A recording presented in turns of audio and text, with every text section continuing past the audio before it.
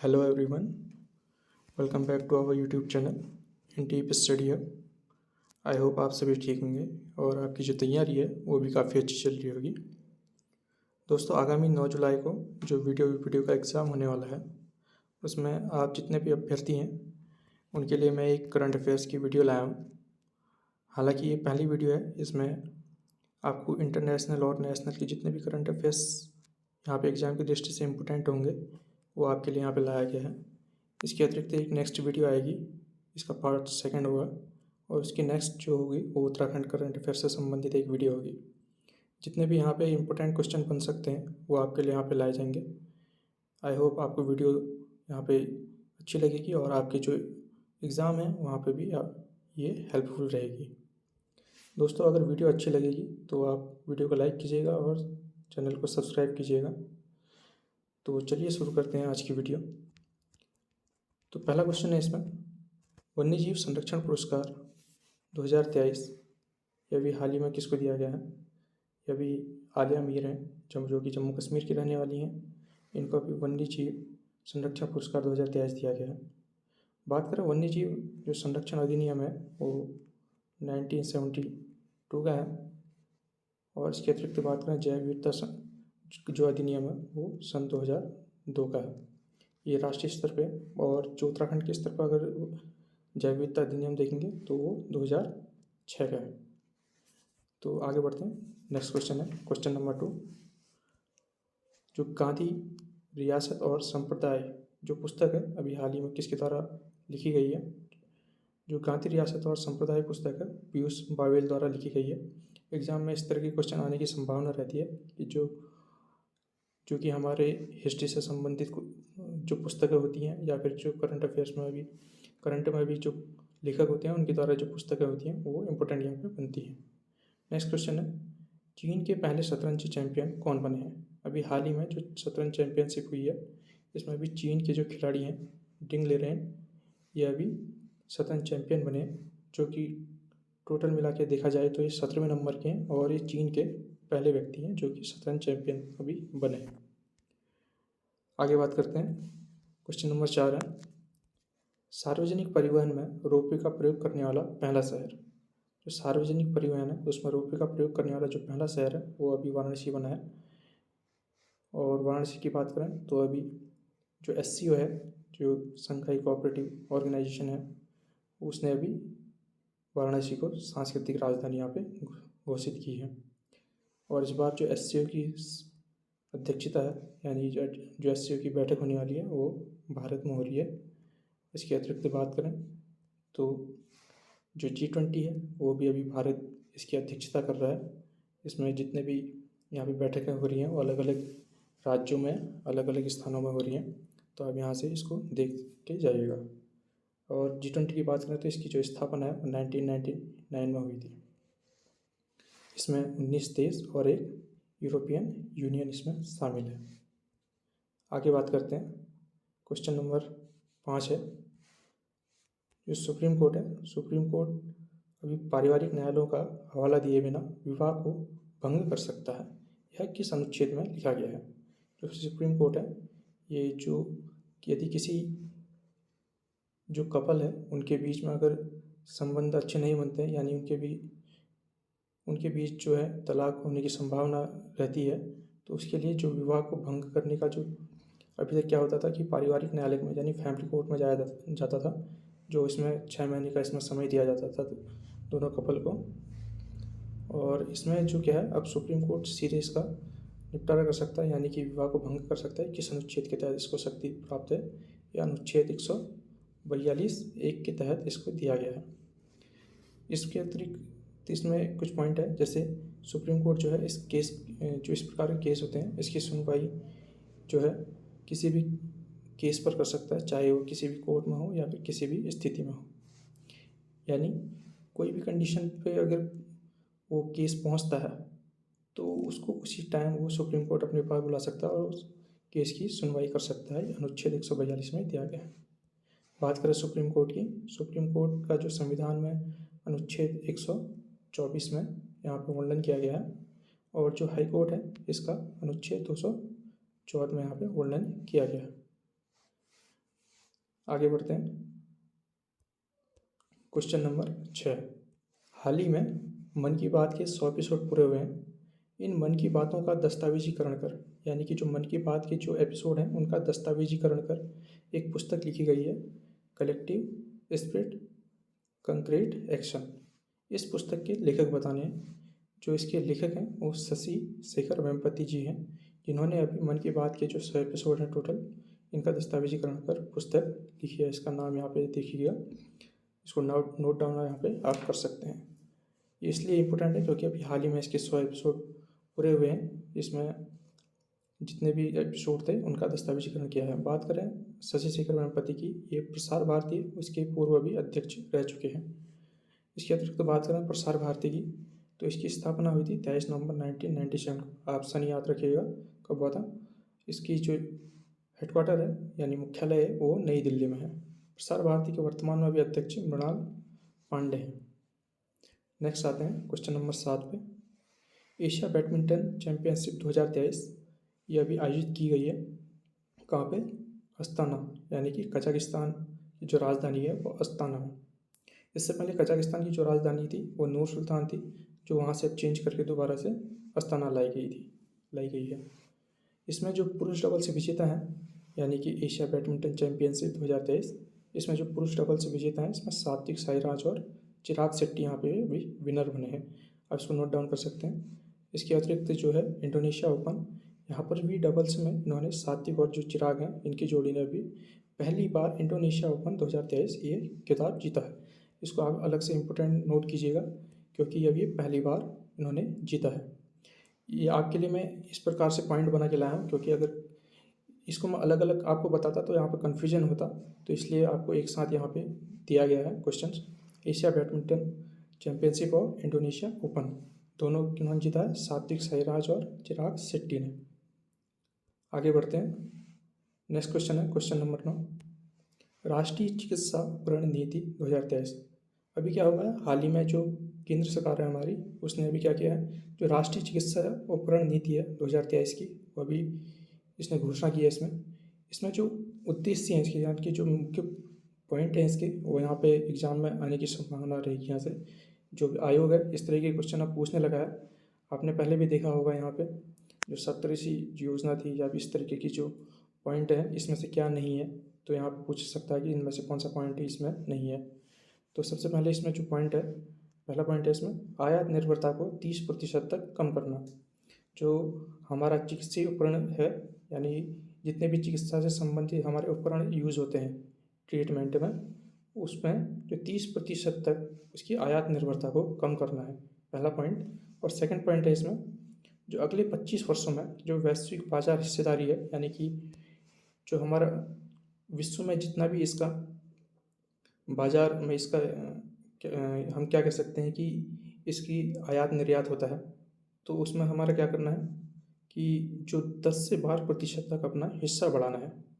अर्थात जो वैश्विक बाजार है इसका चिकित्सीय उपकरण का, उसमें 10 से 12% तक अपना हिस्सा बढ़ाना है।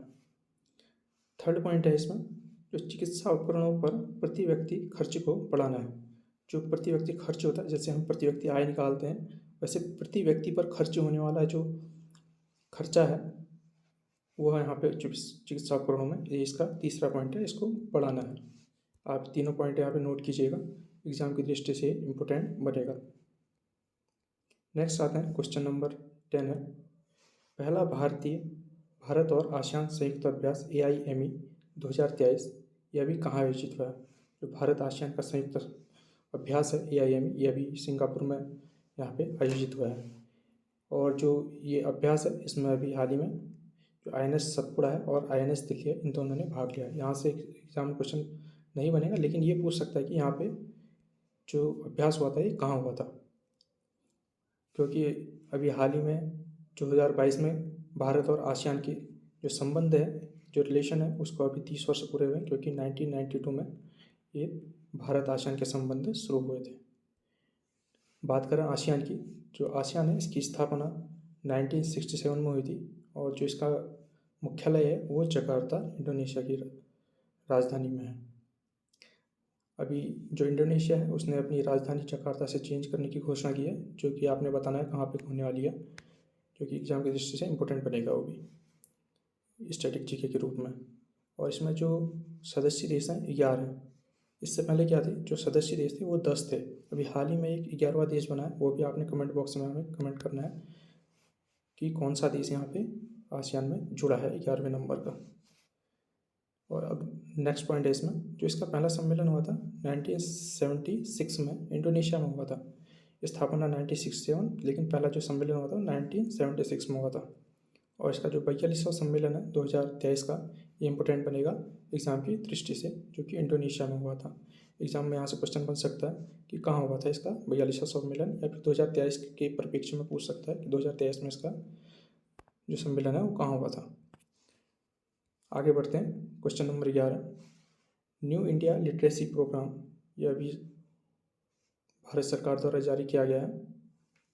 ये किस अवधि के लिए जारी किया गया है? जो न्यू इंडिया लिटरेसी प्रोग्राम है 5 वर्ष के लिए इसकी घोषणा की गई है, 2022-23 से 2026-27 तक। ये हमने यहाँ पे इसको नोट करना है। और सबसे मेन पॉइंट इसमें ये होगा कि इसका जो उद्देश्य है वो क्या है।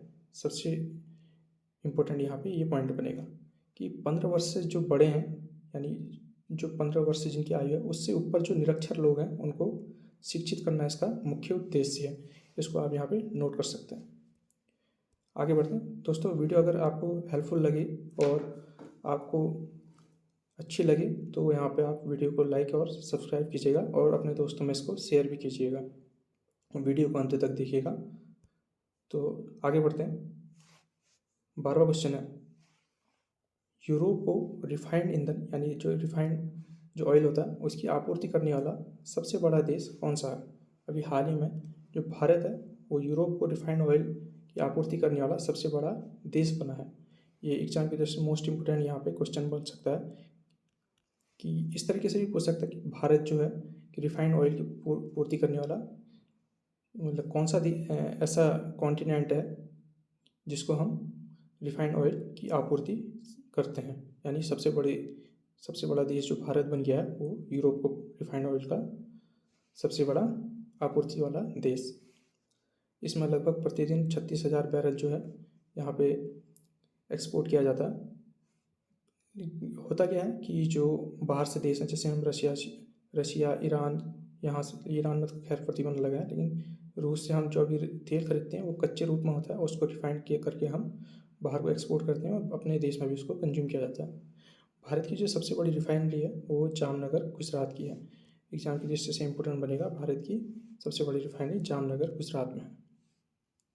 आगे बढ़ते हैं, क्वेश्चन नंबर 13, हाल ही में सौर ऊर्जा संचालित पर्यटक नाव कहाँ लॉन्च हुई है? जो सौर ऊर्जा से चलने वाली जो पर्यटक नाव है वो अभी कोच्चि यानी केरल में अभी इसका लॉन्च हुआ है।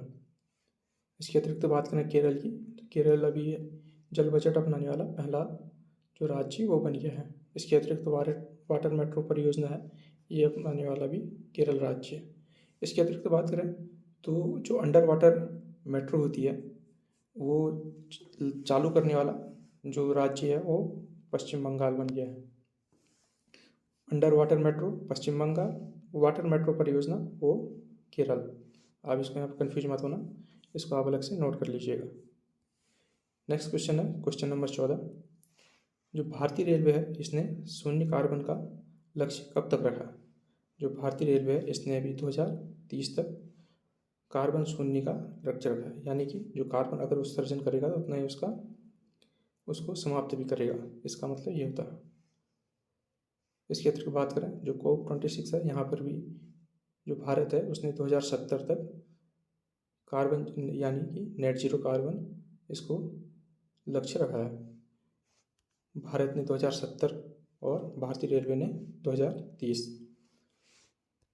नेक्स्ट पॉइंट है इसमें जो COP27 है, ये अभी हाल ही में सर्वल से मिस्र में आयोजित हुआ था।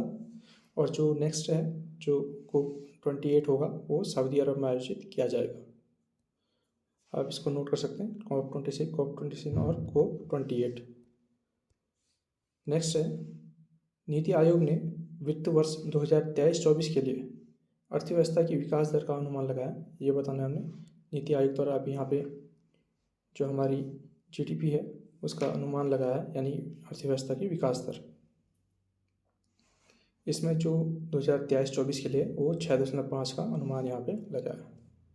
इसके अतिरिक्त हमारा जो इस बार जीडीपी रही थी वो 7.2% यहाँ पे रही थी, जो अभी हाल ही में आंकड़े हैं उसके अनुसार। पिछले वित्त वर्ष का जो हमारा जीडीपी था वो इतना था, यानी कि विकास दर हमारी 7.2% थी। बात करें नीति आयोग की, नीति आयोग की जो स्थापना हुई थी 1 जनवरी 2015 को हुई थी। इससे पहले जो हमारा आयोग था वो योजना आयोग था। इस योजना आयोग की जगह पे हमारा ये नीति आयोग यहाँ पे इसकी स्थापना की गई थी। इसके जो अध्यक्ष होते हैं वो आपने यहाँ पे कमेंट करना है कि कौन होते हैं। यहाँ पे क्वेश्चन बन सकता है कि नीति आयोग के जो अध्यक्ष होते हैं वो कौन होते हैं या फिर कौन हैं वे। और इसके जो उपाध्यक्ष हैं वो सुमन बेरी यहाँ पे उपाध्यक्ष यहाँ पे नीति आयोग के हैं। नेक्स्ट क्वेश्चन है, परमाणु ऊर्जा आयोग के अध्यक्ष पद पर कौन नियुक्त हुए हैं। जो परमाणु ऊर्जा आयोग है इसके अध्यक्ष पद पर कौन नियुक्त हुए हैं वो बताना है हमने। और इसके अतिरिक्त अभी हाल ही में LIC के भी अध्यक्ष नियुक्त हुए हैं, ये भी हमने बताना है। यहाँ पे क्या है कि हम यहाँ पे लगभग एक जैसे नाम है, तो इसलिए यहाँ पर कन्फ्यूजन ना हो, इसलिए हम क्वेश्चन को एक साथ लाए हैं। जो यहाँ पे परमाणु ऊर्जा आयोग है इसके जो अध्यक्ष हैं वो AK मोहंती हैं, और LIC के जो अध्यक्ष हैं वो सिद्धार्थ मोहंती। आप इस तरीके से आप याद कर सकते हैं। परमाणु है उसको हम एटम बोलते हैं, एटम को A से डिनोट करते हैं, और यहाँ पे AK मोहंती यहाँ पे इनका नाम है। स्थापना जो है इसकी 3 अगस्त 1948 को हुई थी, और जो LIC है इसकी स्थापना 1956 को हुई थी। आगे बात करते हैं, क्वेश्चन नंबर 18, नालंदा विश्वविद्यालय के चांसलर घोषित हुए हैं। अभी हाल ही में जो नालंदा विश्वविद्यालय है उसके चांसलर अभी घोषित किए गए हैं, जो कि अरविंद पनगड़िया हैं। जो अरविंद पनगड़िया हैं ये नीति आयोग के पहले उपाध्यक्ष यहाँ पे रह चुके हैं। नेक्स्ट क्वेश्चन है question number 19, Kaladan multi modal project, ये हाल ही में चर्चाओं में था, इसके बारे में कुछ न्यूज़ है, आप इस तरीके से देख सकते हैं। जो कलादान मल्टी मॉडल प्रोजेक्ट है ये भारत और म्यांमार के मध्य है। एग्जाम में इस तरीके से क्वेश्चन पूछा जा सकता है कि जो कलादान मल्टी मॉडल प्रोजेक्ट है वो किन किन देशों के मध्य यहाँ पे चलाया जा रहा है। इसमें क्या है कि जो भारत का जो कोलकाता है, कोलकाता से सितवे बंदरगाह होते हुए कलादान नदी से होते हुए सड़क से मिजोरम के माध्यम से, यानी कि जो हमारा ऐसे भारत है यहाँ पे जो कोलकाता हमारा, कोलकाता से यहाँ पे म्यांमार, यानी कि जो हमारा बंगाल की खाड़ी से होते हुए यहाँ से ये म्यांमार है, म्यांमार का यहाँ पे सितवे बंदरगाह है, और यहाँ से एक नदी जाती है कलादान नदी। कलादान नदी से होते हुए यहाँ पर हमारा जो मिजोरम है, मिजोरम वाले हिस्से में यहाँ पे एंटर करेगा। यही हमारा जो है कलादान मल्टी मॉडल प्रोजेक्ट है। यहाँ पे कलादान जो नदी बहती है इसी के नाम पर ये इस प्रोजेक्ट का नाम रखा गया है। नेक्स्ट बढ़ते हैं आगे। जो दोहा डायमंड लीग है 2023 अभी हाल ही में आयोजित की गई थी, इसके बारे में देखेंगे हम यहाँ पॉइंट। इसमें अभी हाल ही में जो गोल्ड मेडल है ये नीरज चोपड़ा ने यहाँ पे जीता है, जो कि 88.67 मीटर जो भाला इन्होंने फेंका था। इसके फेंकने के बाद इन्होंने यहाँ पे गोल्ड मेडल यहाँ पे जिन्होंने जीता है। बात करें भाला फेंक दिवस की, ये 7 अगस्त को मनाया जाता है, क्योंकि 7 अगस्त 2021 के दिन इन्होंने यहाँ पे जो है ओलंपिक में गोल्ड मेडल यहाँ पे जीता हुआ था। ओलंपिक कहाँ हुआ था ये आपने बताना है। 2021 में, होने को 2020 का ओलंपिक है, लेकिन कोरोना की वजह से ये 2021 में आयोजित किया गया था। बताना है कौन सा ओलंपिक था और कौन से नंबर का यहाँ पे ओलंपिक था। नेक्स्ट पढ़ते हैं आगे। यहाँ पे भी एक और पॉइंट है जो कि विश्व एथलेटिक्स दिवस है, इस 7 मई को यहाँ पे मनाया जाता है, जो इस बार थीम थी एथलेटिक्स फॉर ऑल। नेक्स्ट है इसमें जो हाल ही में एकता बंदरगाह का शिलान्यास रक्षा मंत्री राजनाथ सिंह द्वारा किया गया है, ये कहाँ स्थित है। एकता बंदरगाह बताना है, ये एग्जाम की दृष्टि से इम्पोर्टेंट बनेगा। यहाँ पे जो एकता बंदरगाह है वो हमारा मालदीव में स्थित है। इसमें कुछ पॉइंट देखते हैं। जो एकता बंदरगाह के अलावा एक एकता युद्ध अभ्यास भी है, ये हमारा मालदीव के साथ में यहाँ पे आयोजित होता है, और इकोब्रिन युद्ध अभ्यास एकता से आप बंदरगाह भी याद रखिएगा और यहाँ पे युद्धाभ्यास भी यहाँ पे याद रख सकते हैं। जो मालदीव और मिनिकॉय के बीच है ये कितने डिग्री चैनल है, यहाँ पे आपने कमेंट करना है कि कितने डिग्री चैनल इन दोनों के मध्य यहाँ पे है। नेक्स्ट पढ़ते हैं क्वेश्चन नंबर 22। भारतीय सेना द्वारा बुलंद भारत का अभ्यास कहाँ किया गया? जो भारतीय सेना है अभी इसके द्वारा अभी बुलंद भारत नाम से एक युद्ध अभ्यास चलाया गया है। ये अभी अरुणाचल प्रदेश में अभी आयोजित किया गया था। बात करें अरुणाचल प्रदेश की, इसकी जो राजधानी है ईटानगर और जो इसके मुख्यमंत्री हैं वो पेमा खांडू हैं, राज्यपाल BD मिश्रा। और यहाँ पे देखा जाए तो ईदो मिसमी और आदि जनजाति यहाँ पे पाई जाती हैं अरुणाचल प्रदेश में। आगे बात करते हैं, हाल ही में दाव की भूमि बंदरगाह इसका उद्घाटन किया गया है, ये कहाँ पर है? जो दाव की भूमि बंदरगाह है ये मेघालय में यहाँ पे स्थित है। भारत और बांग्लादेश के मध्य जो व्यापार और वाणिज्य को बढ़ावा देने के लिए इसका यहाँ पे अनावरण किया गया है। बात करें मेघालय की, तो मेघालय में जो है चेरी ब्लॉसम फेस्टिवल और वांगला फेस्टिवल यहाँ पे मनाया जाता है। जो मेघालय है यहाँ पे अभी जो लिविंग रोड ब्रिज होता है वो यहाँ पे बनाया गया है। इसमें क्या होता है, जो पेड़ होते हैं उनकी जो लताएं होती है यानी कि जो बेल होती हैं इनको बुनकर एक पुल बनाया जाता है जिनको लिविंग रोड ब्रिज बोला जाता है। यानी जो इससे बीच में से नदी बह रही है और इधर पेड़ है तो इसकी जो लताएं होती है एक दूसरे से बुनकर यहाँ पे इसमें पुल बनाया जाता है। नेक्स्ट है क्वेश्चन नंबर 24। पहला भारतीय वायु सेना हेरिटेज सेंटर का शुभारंभ कहाँ किया है? एग्जाम की दृष्टि से मोस्ट इंपोर्टेंट यहाँ पे क्वेश्चन बन सकता है। जो भारतीय सेना का यानी कि भारतीय वायु सेना का जो हेरिटेज सेंटर है इसका शुभारंभ अभी चंडीगढ़ में किया गया क्योंकि ये पहला है। बात करें वायुसेना की, वायुसेना दिवस जो है वो 8 अक्टूबर को मनाया जाता है और जो भी इसके हेड हैं वो विवेक राम चौधरी जी हैं। इसके अतिरिक्त बात करें तो जो पहला लड़ाकू हल्का लड़ाकू हेलीकॉप्टर है इसका नाम अभी प्रचंड है और जो हल्का लड़ाकू एयरक्राफ्ट है यानी कि विमान है उसका नाम तेजस है। आप यहाँ पे अलग से इसको नोट कर सकते हैं। जो हल्का लड़ाकू हेलीकॉप्टर है हेलीकॉप्टर का नाम प्रचंड है और जो विमान है यानी एयरक्राफ्ट है उसका नाम तेजस है। आगे बढ़ते हैं क्वेश्चन नंबर 25।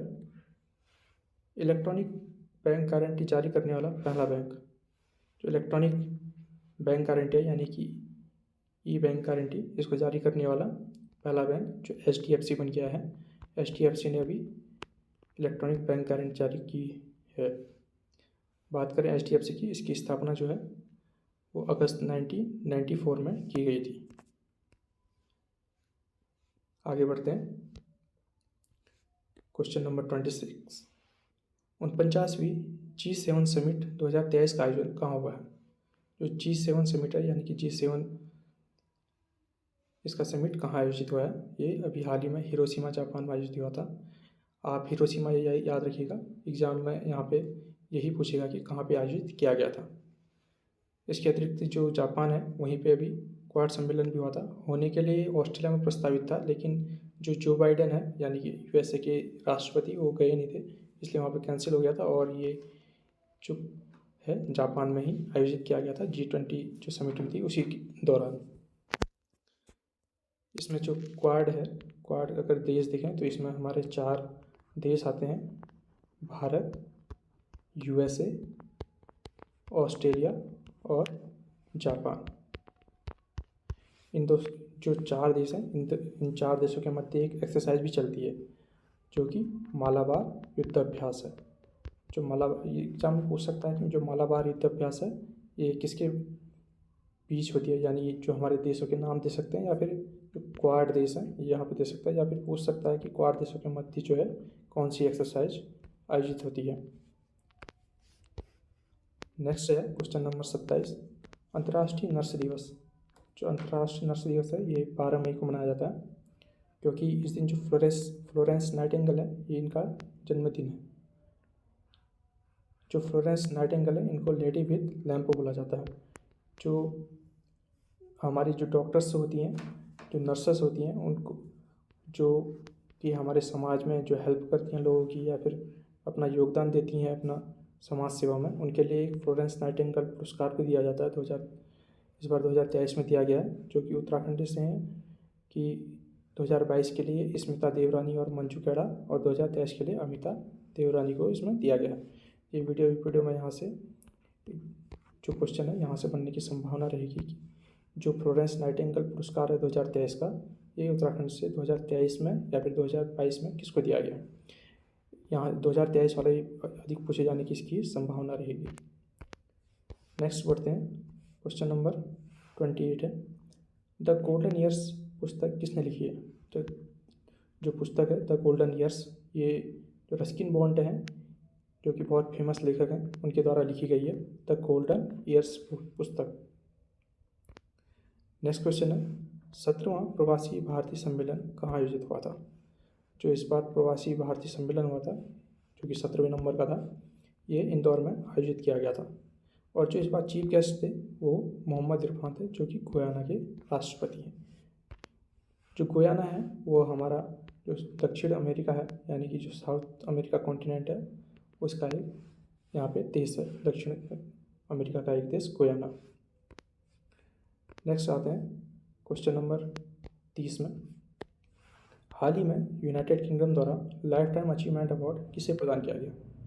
जो यूके है, यानी कि यूनाइटेड किंगडम, उसके द्वारा लाइफ टाइम अचीवमेंट जो अवार्ड है, जो हमारे भूतपूर्व प्रधानमंत्री हैं, यानी कि मनमोहन सिंह, उनको दिया गया। ये 2004 से 2014 तक प्रधानमंत्री रहे थे हमारे, और 1991 में वित्त मंत्री भी रहे थे।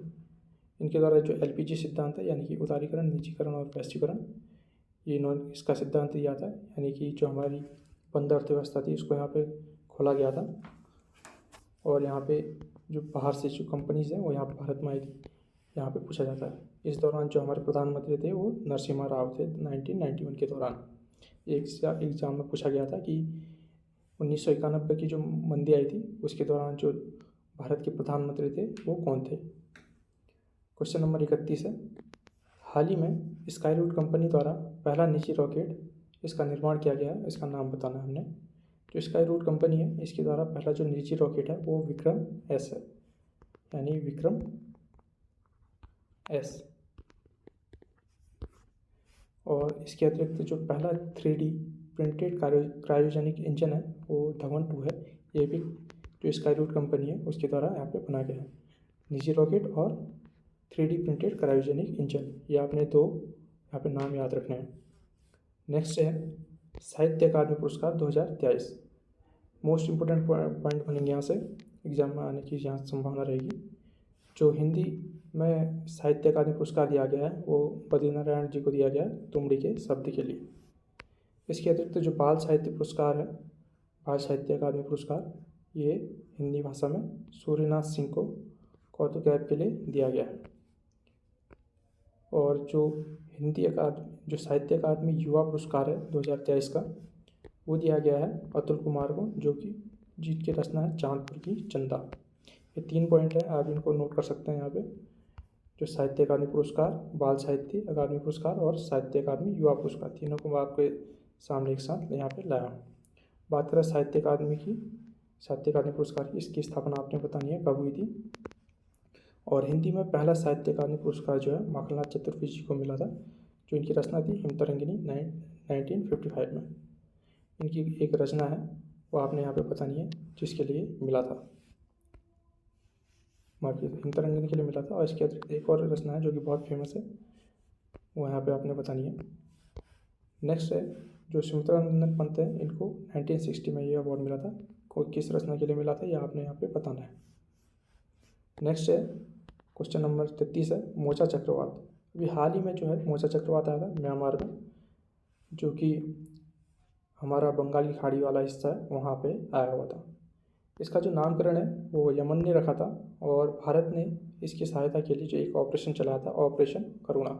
एग्जाम में ये वाला क्वेश्चन बनेगा कि जो मोचा चक्रवात है उसके लिए भारत ने जो म्यांमार है इसकी सहायता के लिए कौन सा ऑपरेशन चलाया था, ऑपरेशन करुणा।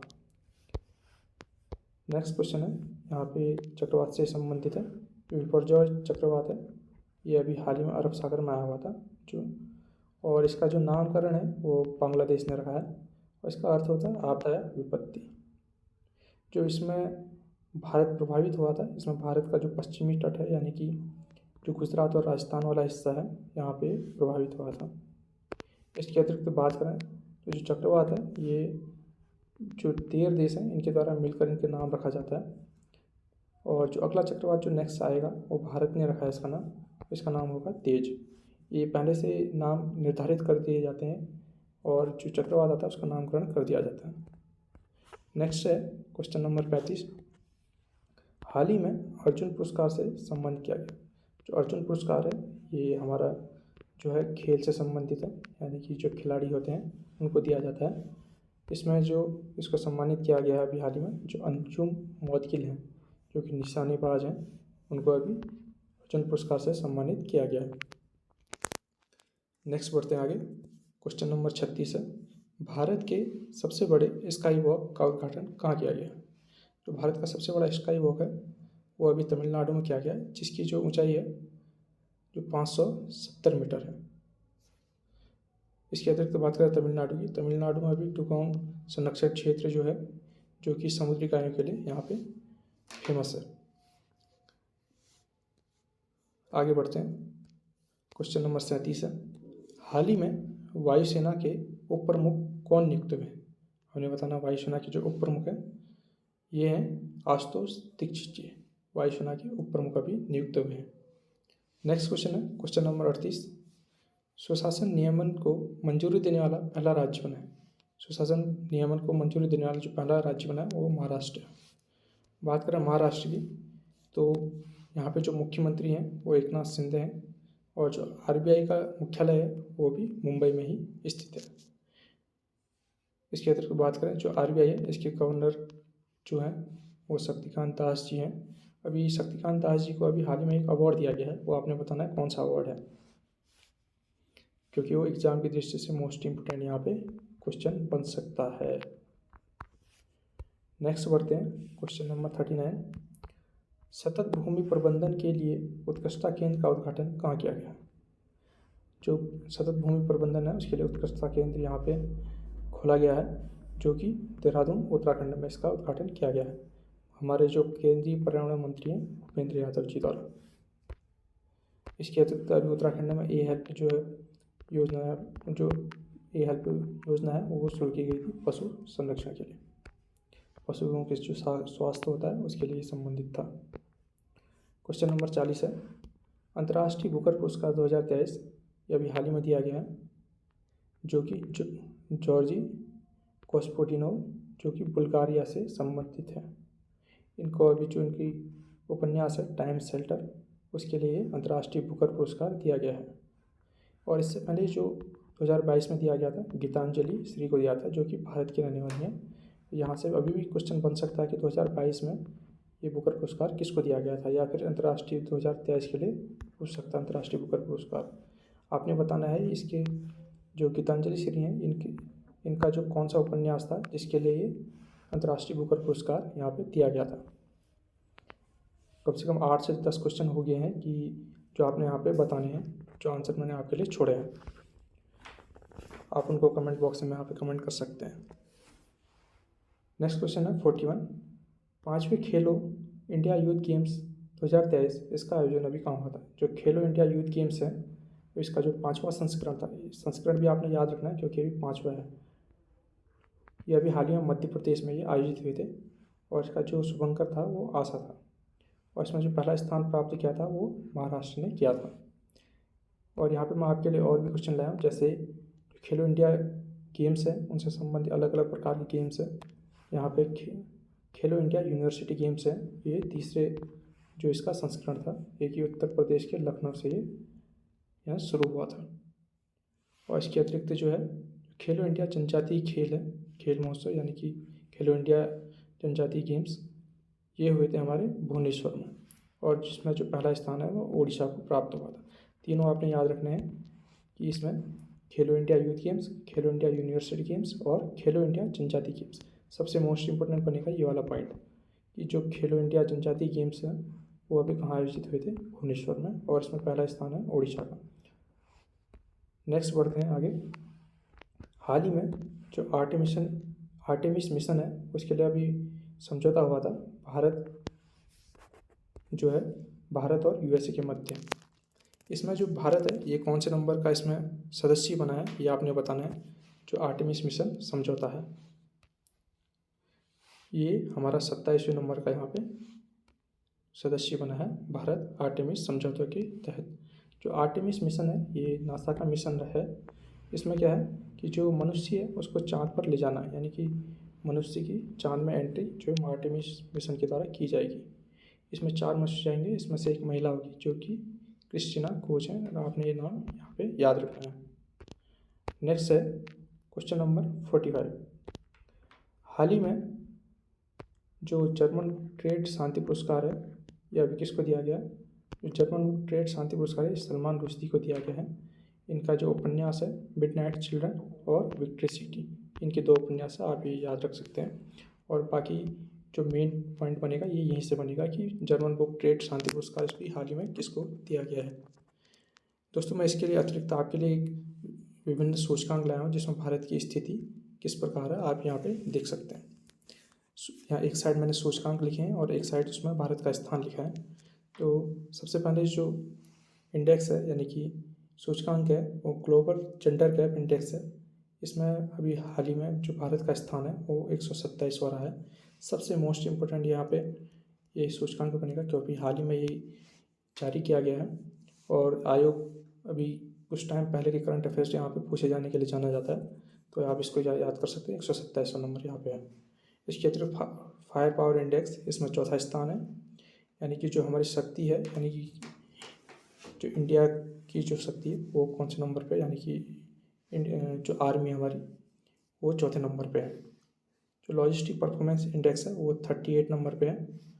और ग्लोबल यूनिकॉर्न इंडेक्स यानी कि जो यूनिकॉर्न होते हैं वो उसमें हमारा जो देश है वो 3rd नंबर पे है। इसके अतिरिक्त वर्ल्ड हैप्पीनेस रिपोर्ट ये भी मोस्ट इम्पोर्टेंट यहाँ पे इंडेक्स बनेगा। इसमें जो भारत है वो 126वें स्थान पे यहाँ पे है। नेक्स्ट है चुनावी लोकतंत्र सूचकांक, इसमें भारत जो है 108वें नंबर पे यहाँ पे स्थित है। नेक्स्ट है कुछ 7वां सूचकांक है वैश्विक भुखमरी सूचकांक में 107 नंबर।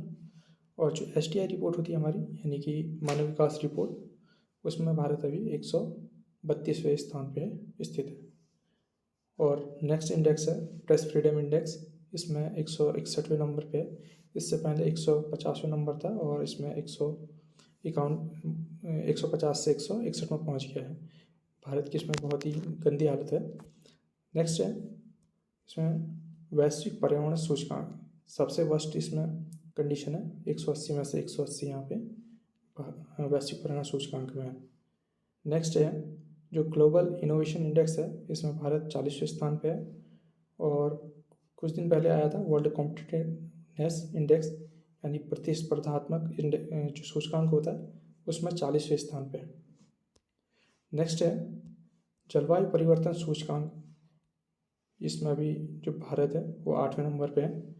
और जो हैंडली पासपोर्ट इंडेक्स होता है यानी कि किस देश का पासपोर्ट कितना स्ट्रॉन्ग है यानी कि कितने देशों में जाने की उसकी अनुमति है, तो ये है हमारे 84वें नंबर पे। और जो 15वां हमारा आखिरी सूचकांक है ये है वैश्विक आतंकवाद सूचकांक। इसमें जो भारत है वो 13वें नंबर पे, यानी कि जो आतंकवाद से प्रभावित देश है उसमें 13वें नंबर पे है। और सबसे ज़्यादा जो प्रभावित है वो अफ़गानिस्तान है। अफ़गानिस्तान यहाँ पे पहले नंबर पे है। तो यहाँ पे इतने आपको याद रखने हैं इंडेक्स जो भी हैं। तो दोस्तों वीडियो आपकी यहीं पर समाप्त होती है। आशा करता हूँ आपको वीडियो हेल्पफुल लगेगी और आपको जो आने वाला एग्ज़ाम है वहाँ पे आपके लिए एक जड़ी बूटी की तरह काम करेगी। दोस्तों वीडियो को यहीं पे समाप्त करते हैं। तो वीडियो को आप लाइक कीजिएगा और शेयर कीजिएगा और ज़्यादा से ज़्यादा इसको सब्सक्राइब कीजिएगा। तो चलिए मिलते हैं अगली वीडियो में, तब तक के लिए थैंक यू। आपका जो एग्ज़ाम है वो अच्छे से जाएगा आई होप, और जितने भी अभ्यर्थी हैं यहाँ पे अपना सिलेक्शन लेंगे। तो मिलते हैं अगली वीडियो में, थैंक यू।